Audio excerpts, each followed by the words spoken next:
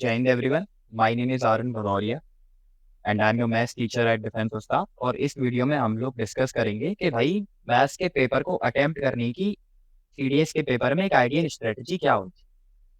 तो चलिए स्टार्ट करते हैं। जैसा कि सबको पता है कि मैथ्स के पेपर में भाई हमारे पास 100 क्वेश्चंस आते हैं और हमारे पास जो टाइम रहता है वो 120 मिनट्स का रहता है। ठीक है। और मैथ्स ही एक ऐसा चीज है जिससे आप लोगों को आईएमए, आईएनए या एएफए इसका कॉल लेटर एसएसबी का आपको मिल सकता है। अगर हम लोग बात करें आईएमए, आईएनए, एएफए के लिए तो कट ऑफ सबके लिए वेरी करता है, बट अगर हम एक जनरल मैथ्स के पेपर में अच्छे स्कोर की बात करें तो मोर देन 50 टू 55 प्लस आपका जो स्कोर है वो एक अच्छा स्कोर माना जाता है मैथ के पेपर। तो आज हम लोग ये डिस्कस करेंगे कि भाई ये स्कोर कैसे आए। अगर आपके इससे थोड़े से कम नंबर आ रहे हैं, थोड़े से आपको पेपर अटेम्प्ट करने में दिक्कत आ रही है कि भाई क्या चीज कैसे करें, कौन से चैप्टर के क्वेश्चन पहले करें, कौन से क्वेश्चन पहले करें, पेपर में किस माइंडसेट के साथ बैठे, ये सारी चीजें पेपर में मार्क्स लाने के लिए बहुत ही मैटर करती हैं। तो मैं सारी चीजों पे यहाँ पर बात करूँ। ठीक है। और अगर आपके ये जो छोटे छोटे डाउट्स हैं कि भाई टाइम नहीं बच रहा है पेपर में और जो है क्वेश्चन करने में प्रॉब्लम आ रही है, ये सारी चीजें अपन लोग यहाँ पर देखेंगे। ठीक है। अच्छा, तो अभी अपन लोग अगर बात करें तो हमारे पास एस्पिरेंट्स भी यहाँ पर दो तीन टाइप के होते हैं जो कि हमारे एग्जाम में बैठते हैं। सबसे नंबर वन एस्पिरेंट तो वो होता है भाई कि जिसने सिलेबस करा ही नहीं है, दो तीन चैप्टर पढ़े हैं, वो भी ऐसे पढ़े हैं कि हाँ भाई चलो ठीक है, और वो बस मैथ्स के पेपर में इसलिए बैठ रहा है कि भाई अगर उसके गलती से 25 से 30 नंबर आ गए तो शायद उसका आईएमए या आईएनए का कट ऑफ क्लियर हो जाए। ठीक है, एक तो हमारे पास ये एस्पिरेंट रहता है। ठीक है। अच्छा, ऐसे एस्पिरेंट्स के लिए देखो मैं सिंपल सी बात बताता हूँ। अगर आप लोग चाहते हो कि भाई आपके 20 से 25 सवाल आए हैं, आप लोग के ये सिर्फ एक ही स्ट्रेटजी है, इसके अपन लोग आगे डिस्कस करेंगे। ठीक है। पहले इस टाइप के एस्पिरेंट्स हो गई। दूसरे एस्पिरेंट हमारे पास होते हैं जिन्होंने भाई more than 50% of syllabus cover करा। More than 50% of syllabus, more than 50% of syllabus. अच्छा, और यहाँ पर मैं सिलेबस कंप्लीट करने से मेरा मतलब ये नहीं है कि भाई चैप्टरों के सिर्फ आपने वीडियो देख रखे हैं। सिलेबस कंप्लीट करने से मेरा मतलब ये है कि भाई हाँ, आपने अच्छे से 50% जो सिलेबस है उसके आपने वीडियो देख रखे हैं, कुछ अच्छे एडवांस के चैप्टर, कुछ अरिथमेटिक के चैप्टर, प्लस आपने क्या कर रखा है उसके अच्छे से लगभग 50-100 क्वेश्चंस की प्रैक्टिस कर रखी है हर चैप्टर के, प्लस आपने जब आप पेपर में बैठे हैं उससे पहले आपने एक दो मॉक दे दिए हैं। तो यहाँ पर ये 50% ऑफ सिलेबस कंप्लीट करने से मेरा ये मतलब है। एक हमारे पास ये वाले कैंडिडेट। तीसरे हमारे पास कैंडिडेट होते हैं जो बहुत ही डेडिकेटेडली सीरियस होते हैं अपनी प्रिपरेशन को लेके, और इन्होंने, अगर मैं जनरली बात करूं, वैसे तो सारा ही सिलेबस, बट अगर मैं एक सिंपल सी कैटेगरी में डालूं तो मोर देन 80% ऑफ सिलेबस ये लोग कवर करके बैठे हुए।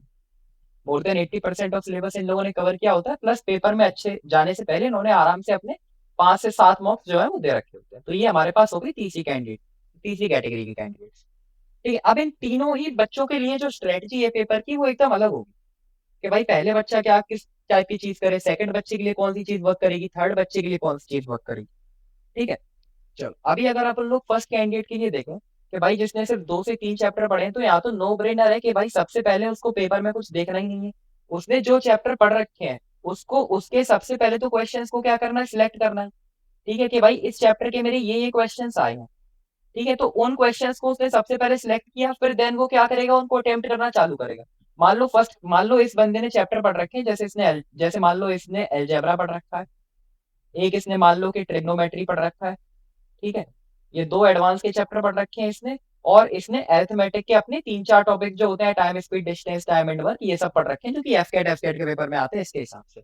तो ये क्या करेगा, ये सबसे पहले तो भाई क्वेश्चंस को सिलेक्ट करेगा। मान लो फर्स्ट, सेकंड, थर्ड, फोर्थ, ये किसी और चैप्टर के क्वेश्चंस है, अनदर चैप्टर के क्वेश्चंस है। ठीक है, इन तीनों में से किसी और चैप्टर के क्वेश्चंस है, तो ये यहाँ पर टाइम वेस्ट नहीं करेगा। इसको डायरेक्ट कहाँ जाना है कि भाई मान लो पांचवा क्वेश्चन इसको मिल गया कि भाई ये टाइम, स्पीड, डिस्टेंस का क्वेश्चन है, ये डायरेक्ट इस क्वेश्चन पे जंप करेगा और इस क्वेश्चन को अटेम्प्ट करने की कोशिश करेगा।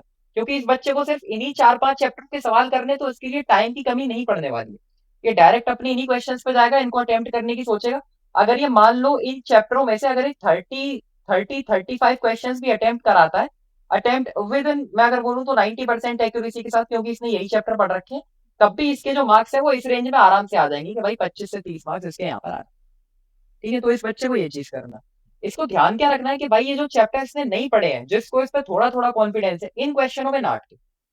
अगर ये इन क्वेश्चनों में अटक गया तो फिर वही चीज हो जाएगी कि भाई टाइम वहां पे वेस्ट कर लिया और फिर आगे जाने के बाद कोई टाइम ही नहीं बचा। ठीक है, तो ये हमारे पास फर्स्ट बनने की स्ट्रेटजी होगी।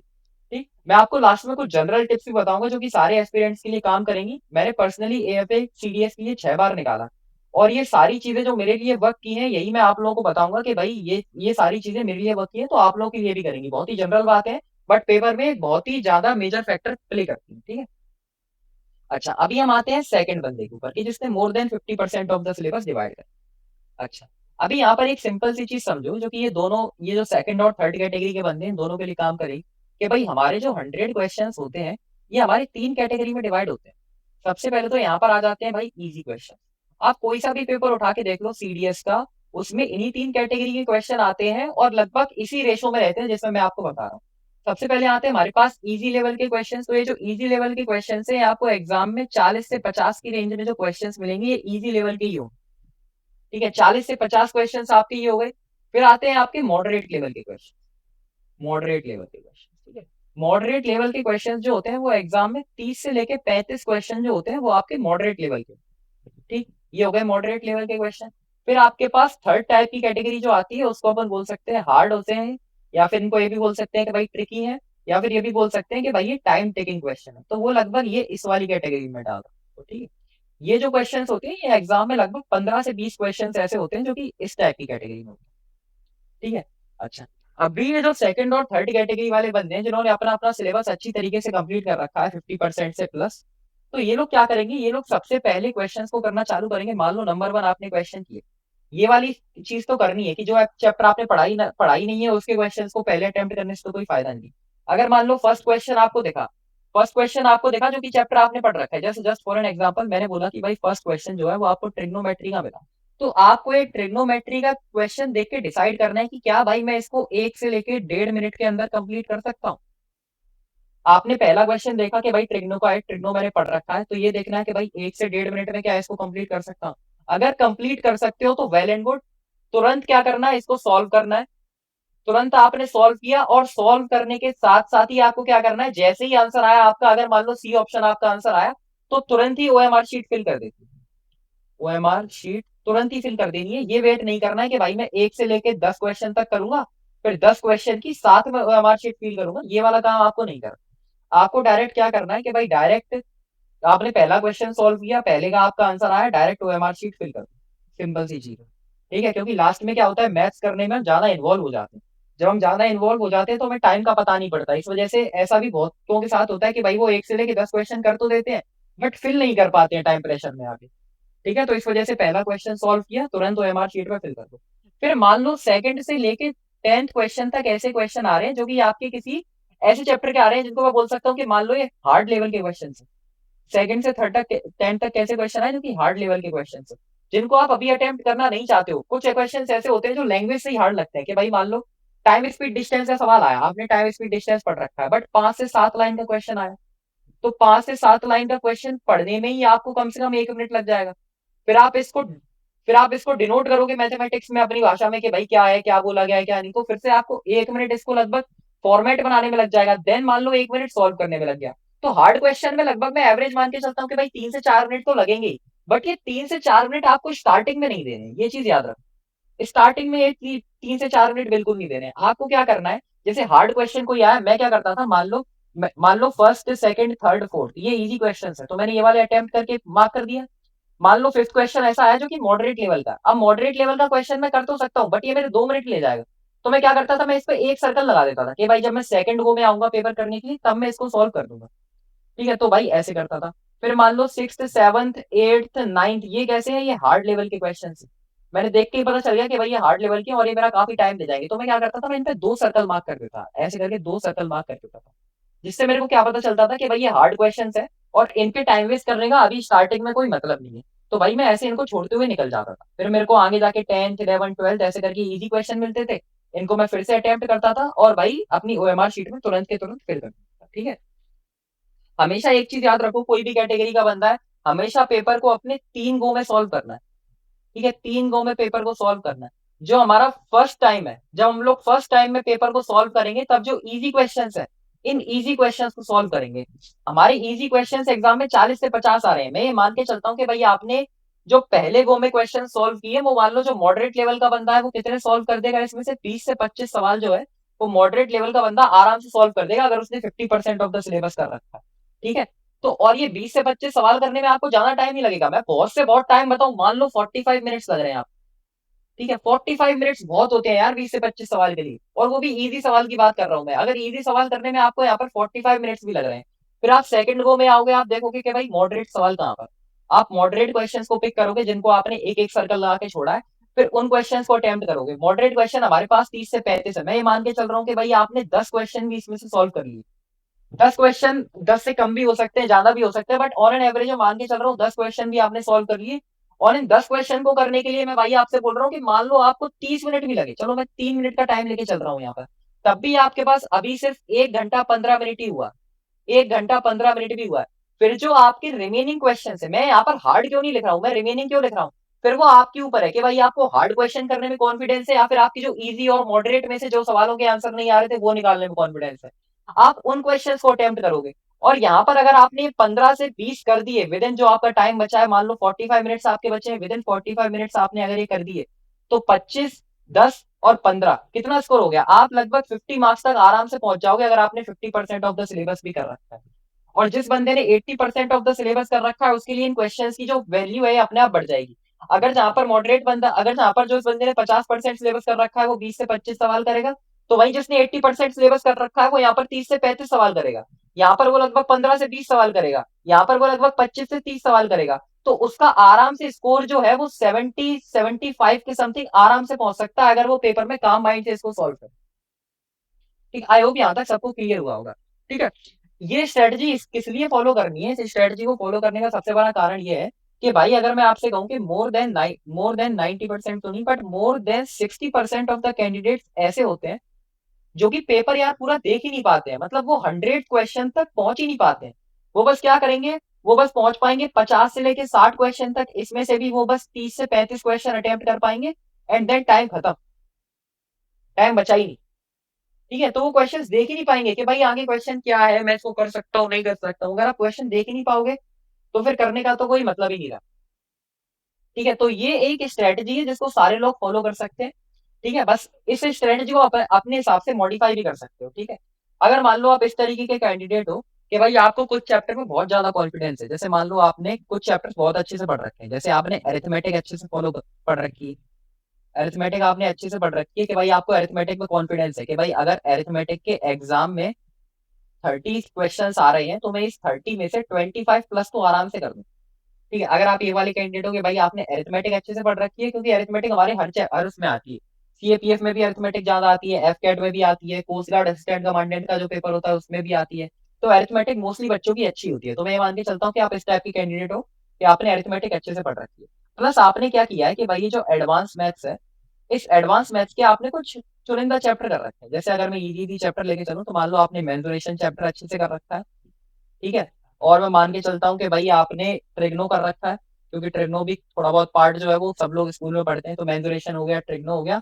और एक चैप्टर और कोई लेके चलते हैं, जैसे मान लो ज्योमेट्री कर रखी है आपने, एलजेब्रा लेके चलते हैं कि भाई एलजेब्रा आपने थोड़ी बहुत कर रखी है, आप इस टाइप की कैंडिडेट हो।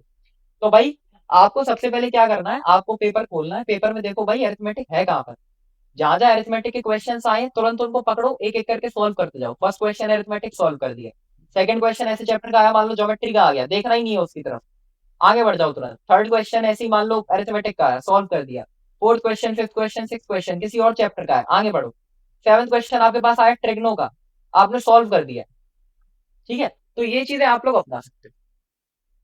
ठीक, अच्छा अभी मैं यहाँ पर ये चीज बताने वाला हूँ कि एस्पिरेंट्स जो है वो भाई कॉमन मिस्टेक्स क्या करते हैं पेपर में, जो कि आपको नहीं करनी है। स्ट्रेटजी फॉलो करना अलग चीज है, बट इस स्ट्रेटजी के साथ आप क्या कॉमन मिस्टेक्स करते हो ये भी हम लोग यहाँ पर डिस्कस करने वाले हैं। ठीक है, अगर मैं सबसे ज्यादा बात करूं, जो पहली कॉमन मिस्टेक लोग करते हैं वो क्या करते हैं, टाइम वेस्ट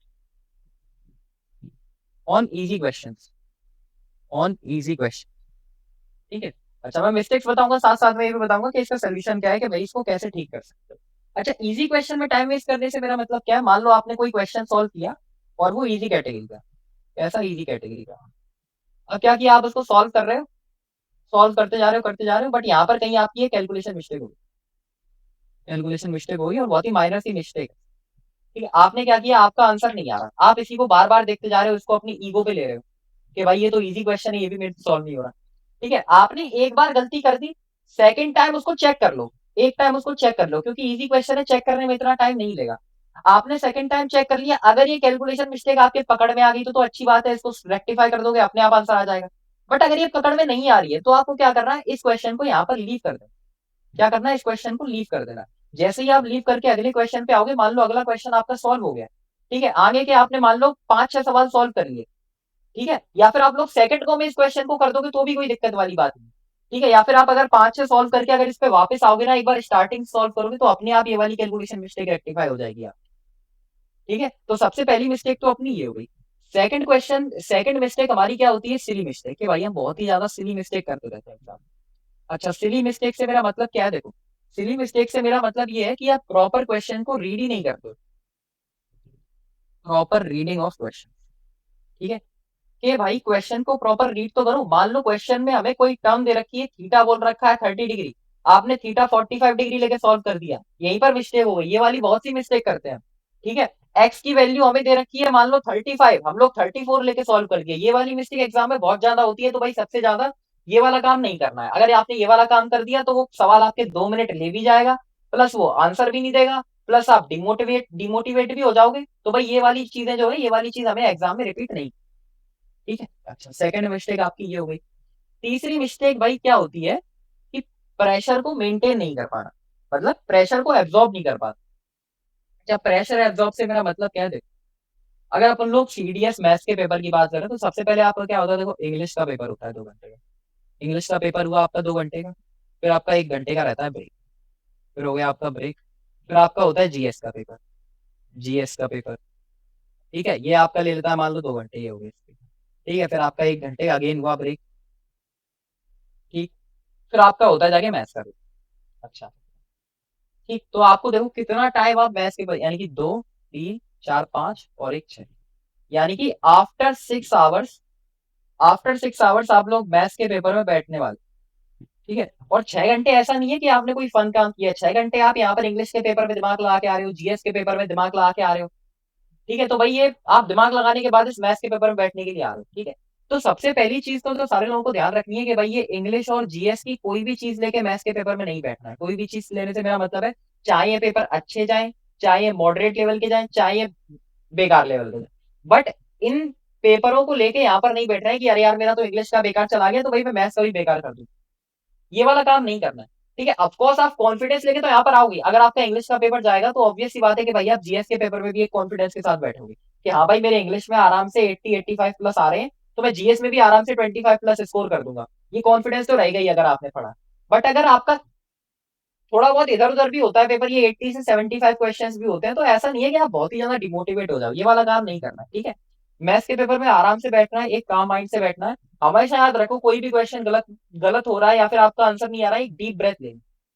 जैसे ही आप डीप ब्रेथ लोगे, आप देखोगे आपका आधा स्ट्रेस जो है वो दूर हो जाएगा। ठीक है, डीप ब्रेथ लेने के बाद उस क्वेश्चन को आपको अटेम्प्ट करना है, और अगर आप उसको अच्छे से अटेम्प्ट करोगे तो आपके आंसर आने के चांसेस ज्यादा हो।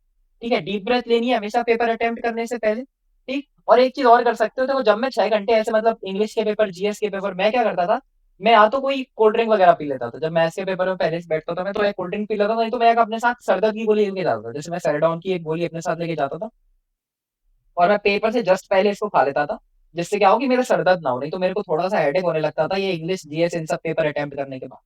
ठीक है, तो मैं ये टैबलेट लेके जाता था। अगर आप लोगों के सर दर्द वगैरह नहीं होता है तो कोई बात नहीं, बट अगर आपके साथ ऐसी प्रॉब्लम वगैरह है तो एक सर दर्द की टैबलेट लेके जाओ, अपने बैग में रख दो, जब वापस आओ बैग उठाओ, टैबलेट खाओ और बैठ जाओ। और हमेशा याद रखना, इस जीएस के पेपर के बाद आपको एक मील लेनी है पक्के में इस ब्रेक के अंदर। ठीक है, कोई भी बाहर से उल्टा सीधा मत खाना, घर से बकायदा पराठे या सब्जी लेके जाओ। मैं हमेशा पराठा और अचार लेके जाता था, और मैं इस ब्रेक में पराठा और अचार अपना खा लेता था। ठीक है, एक चीज और याद रखनी है कि भाई ये जो सा भी ब्रेक है, कभी भी पेपर डिस्कस मत करने लगा है। ठीक है, बहुत से एस्पिरेंट्स ये गलती करते हैं। देखो, आप यहाँ पर अपनी एनर्जी बर्बाद करके वैसे ही आ रहे हो, मतलब एनर्जी यहाँ पर लगा के आ रहे हो, बट यहाँ पर अगर आप अपनी उसी एनर्जी को बर्बाद कर दोगे यार, ये कहीं की भी फ्रूटफुलनेस नहीं है। ठीक है, आपको क्या करना है, यहाँ पर आराम से शांति से कोई ये कोना पकड़ के पेड़ के नीचे बैठ जाओ जहां भी आपका सेंटर है। ठीक है, और आराम से अपने पेपर को अगर आप खुद देखना है तो देख सकते हो, बट किसी से डिस्कस करने की कोई जरूरत नहीं है कि भाई मैंने इतने कर दिए, तेरी कितनी एसएसबी हो गई।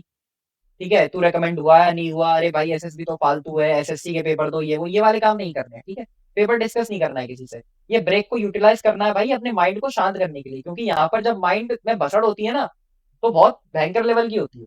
ठीक है, क्योंकि मैंने पेपर दिए हैं, क्रैक किए, इसलिए मेरे को पता है पेपर अटेम्प्ट करना इतना आसान नहीं रहता। ठीक है, तो आपको ये चीज हमेशा ध्यान रखनी है। ये जीएस के पेपर के बाद एक मील लेनी है पक्के में, जिससे क्या हो कि पेट थोड़ा फुल रहे, ठीक है। फ्रूट्स वगैरह लेके जा सकते हो, ये खा लो, नहीं तो सिंपल पराठा और अचार अपना घर से लेके जाओ, एंड देन इसको खा लो, ठीक। फिर इस हिसाब से आपको मैथ्स का पेपर अटेम्प्ट करना है। अच्छा, और जब भी मैथ्स वगैरह या जीएस किसी का भी पेपर अटेम्प्ट करो, मैं क्या करता था, नॉर्मल अपनी कैजुअल ड्रेस में गया, एक simple T shirt, simple lower और स्लीपर्स, और स्लीपर साइड में उतार के रख दिया करो। जैसे ही आपका पेपर हुआ करे, साइड में उतार के स्लीपर्स रख दिया करो, एंड जो आपके पैर है उनको टाइल्स पे रखा करो। जैसे ही आप टाइल्स पर वगैरह पे पैर रखते हैं ना, तो जब नॉर्मल जमीन होती है उस पर पैर रखते हैं, तो क्या होता है, वो जमीन की ठंडक थोड़ी अपने अंदर जाती है, जिससे माइंड थोड़ा सा काम रहता है, ठीक है। ये मेरे लिए काफी ज्यादा काम करती है ये चीज, तो आप लोग भी इसको कर सकते हो, ठीक है। शूज वगैरह पहन के मत जाना, ज्यादा कसे हुए कपड़े पहन के मत जाना। ये सारी चीजें जो होती हैं यार, काफी मेजर रोल प्ले करती हैं जब एग्जाम हो, बट दिखने में अभी बहुत छोटी छोटी लग रही है, बट ये चीजें काफी इंपॉर्टेंट होती है, ठीक है। तो इन सारी चीजों का ध्यान रखना है। और एक आध चीज आपको और बतानी थी। अच्छा, अभी यहाँ पर ये देखो कि प्रो टिप क्या है मैथ्स के पेपर के लिए। प्रो टिप अगर मैं आपको बताऊं, हमेशा याद रखो, मैथ्स के पेपर में किसी के 100 मार्क्स नहीं आने वाले, ठीक है। कोई कह रहा है कि मेरे 99 नंबर आ रहे हैं, झूठ बोल रहा है। सिंपल सी चीज है, आपके पास 100 क्वेश्चंस आ रहे हैं, इस 100 क्वेश्चंस में अगर आपने 70+ क्वेश्चंस अटेम्प्ट कर लिए विद 85 to 90% एक्यूरेसी, अगर आपने अच्छे से पढ़ा है, तो इस रेंज में आप हो, टेंशन वाली बात नहीं है, ठीक है। अगर आपने इसने क्वेश्चंस भी अगर आपने अच्छे से अटेम्प्ट कर दिए ना, ज्यादा स्ट्रेस लेने की जरूरत नहीं है, पेपर बहुत अच्छा गया। मैं कहूँ अगर आपने 55+ क्वेश्चंस भी अच्छे से अटेम्प्ट कर दिए, तब भी पेपर बहुत अच्छा गया है, क्योंकि मैं गारंटी से बता रहा हूँ, सिर्फ यहाँ पर 30 to 40% ऑफ द एस्पिरेंट्स ऐसे होते हैं जो कि इस रेंज में भी पहुंच पाते हैं। इससे कम में ही सारे बंदे निपट जाते हैं, ये फैक्ट है, ठीक है। अगर ये फैक्ट ना होता तो एफए के लिए मात्र 650 बंदों का पेपर नहीं निकलता, ठीक है। तो ये चीज हमेशा याद रखें, ठीक। पेपर में कभी भी डिमोटिवेट नहीं होना। कोई क्वेश्चन का अगर आंसर नहीं आ रहा है, उसको स्किप करके आगे बढ़ो। एक क्वेश्चन नहीं है, 100 क्वेश्चन है, अगर तुम 10 छोड़ भी दोगे ना, 90 में से भी अगर तुम 50 कर ले जाओगे, तब भी बहुत अच्छे हैं वो, ठीक है। तो ये चीज हमेशा अपने दिमाग में रखनी है। देखो, और देखो एक सिंपल सी चीज और है, जिसने पढ़ा है उसे पता है कि भाई मैंने पढ़ाई की है, मेरे नंबर आने वाले हैं, और जिसने नहीं पढ़ा है उसे भी पता है कि भाई मैंने पढ़ाई नहीं की है, तो मेरे उतने नंबर नहीं आने वाले।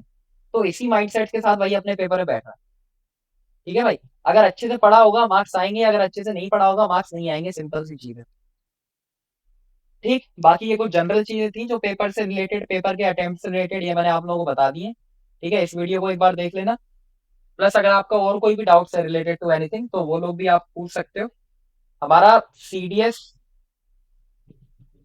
हमारा सीडीएस 1 20 25 का जो बैच है, उसके एनरोलमेंट 2 सितंबर से स्टार्ट हो जाएंगे, ठीक। जिस किसी को लग रहा है कि भाई इस अटेम्प्ट में उसके पास उतना कॉन्फिडेंस नहीं आ रहा है, या कोई ऐसी प्रॉब्लम हो गई थी जिससे वो इस अटेम्प्ट की उतने अच्छे से तैयारी नहीं कर पा रहा, ठीक है, तो वो यहाँ पर इस वाले बैच में एनरोल हो सकता है। आपको डिफेंस उस्ताद के बारे में बताइए, दम से तैयारी करते हैं हम लोग, और पेपर में फोड़ के आते हैं, सिंपल सी चीज, ठीक है।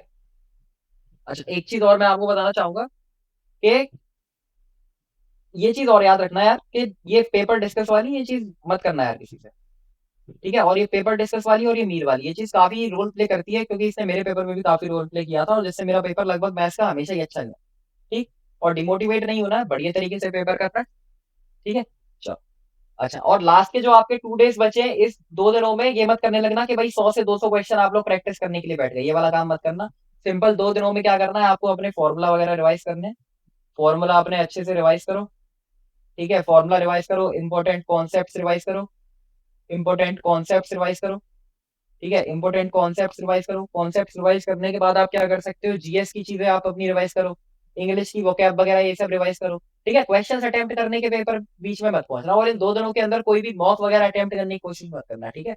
जितनी आपकी प्रिपरेशन हुई है, अपनी प्रिपरेशन पे फेथ रखो, अच्छे से पेपर अटेम्प्ट करो, पेपर अच्छा ही जाने वाला है, ठीक। अगर आपने पढ़ाई की होगी तो